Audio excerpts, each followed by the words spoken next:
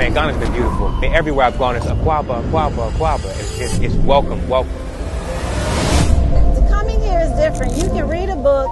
A teacher can teach you in the classroom. You come here and you hear that the ancestors were slaves. You hear that when you're in America, but when you're here, you hear that they were survivors.